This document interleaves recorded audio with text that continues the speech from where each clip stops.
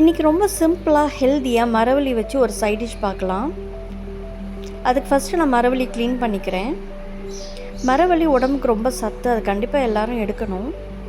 குழந்தைங்களுக்கு பெரியவங்களுக்குலாம் ரொம்ப சத்து இது. ஃபஸ்ட்டு மரவள்ளி நல்லா க்ளீன் பண்ணிவிட்டு அதை நான் கொஞ்சம் லைட்டாக வேக வைக்கணும். அது வெந்துட்டுருக்க டைமு நம்ம அரைக்க வேண்டியதை அரைச்சிடலாம். பேஸ்ட்டாக அரைக்கிறதுக்கு நான் 2 விதமான குடமிளகா எடுத்திருக்கேன். ஒன்று ரெட் கலர், ஒன்று எல்லோ கலர். 2யும் ஃபுல்லாக போடணும்னு அவசியம் இல்லை, பாதி பாதி போட்டால் போதும். அதோடு சேர்த்து 3 தக்காளி, இது எல்லாத்தையும் நல்லா மையாக அரைச்சிக்கணும். இந்த டைமில் அரைச்ச டைமில் நமக்கு கிழங்கும் வெந்துருச்சு.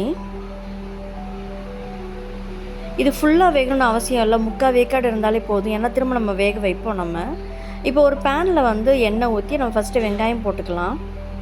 வெங்காயம் நல்லா வதங்கினதுக்கப்புறம் நம்ம வேக வச்சுருந்த மரவள்ளி கிழங்கையும் போட்டுடலாம். இது 2 நல்லா ஃப்ரை ஆகணும்.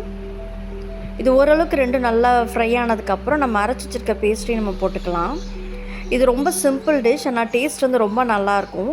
தயிர் சாதம், சாம்பார் சாதத்துக்கு ரொம்ப டேஸ்ட் நல்லாயிருக்கும் தொட்டு சாப்பிட.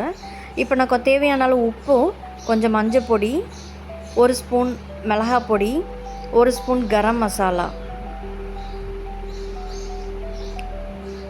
இது எல்லாத்தையும் போட்டு நல்லா வேக வச்சுருவோம். நம்ம மூடி போட்டு வேக வச்சுருவோம். நம்ம எக்ஸ்ட்ரா தண்ணி விடணும்னு அவசியம் இல்லை. நம்ம தக்காளி அரைச்ச அந்த பேஸ்ட்டு தண்ணியே போதும். பாருங்கள், சூப்பராக வெந்துருச்சு. நம்ம ஏற்கனவே கிழங்கு வேக வச்சனாலும் ரொம்ப நேரம் வேக வைக்கணும்னு அவசியம் இல்லை. இந்த டேஸ்ட் ரொம்ப நல்லாயிருக்கும். கண்டிப்பாக வீட்டில் ட்ரை பண்ணி பாருங்கள். கொஞ்சம் டிஃப்ரெண்ட்டாக இருக்கும். மரவள்ளி கிழங்கு எப்போதுமே நம்ம அவிச்சு நம்ம சாப்பிட்ருக்கோம். இந்த மாதிரி செஞ்சு பார்த்தா நம்ம தொட்டுட்டு சாப்பிட்லாம் சாதத்துக்கு. ரொம்ப டிஃப்ரெண்ட்டாக டேஸ்ட் இருக்கும். இப்போ நமக்கு ஓரளவுக்கு ரெடி ஆகிடுச்சு. இப்போ திரும்ப நம்ம இன்னும் கொஞ்சம் மசாலா பொடி போடணும் அந்த ஃப்ளேவர்க்காண்டி. இன்னொரு 1/2 ஸ்பூன் கரம் மசாலாவும் 1 ஸ்பூன் அளவு சோம்பு பொடியும் போட்டிருக்கேன். கொஞ்சம் வாசமாக இருக்கும் இந்த கிரேவி. சாம்பார் சாதத்துக்கு, தயிர் சாதத்துக்கு ரொம்ப நல்லாயிருக்கும்.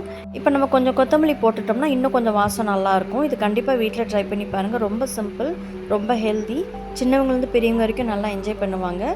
Stay healthy. தேங்க்யூ, பாய்.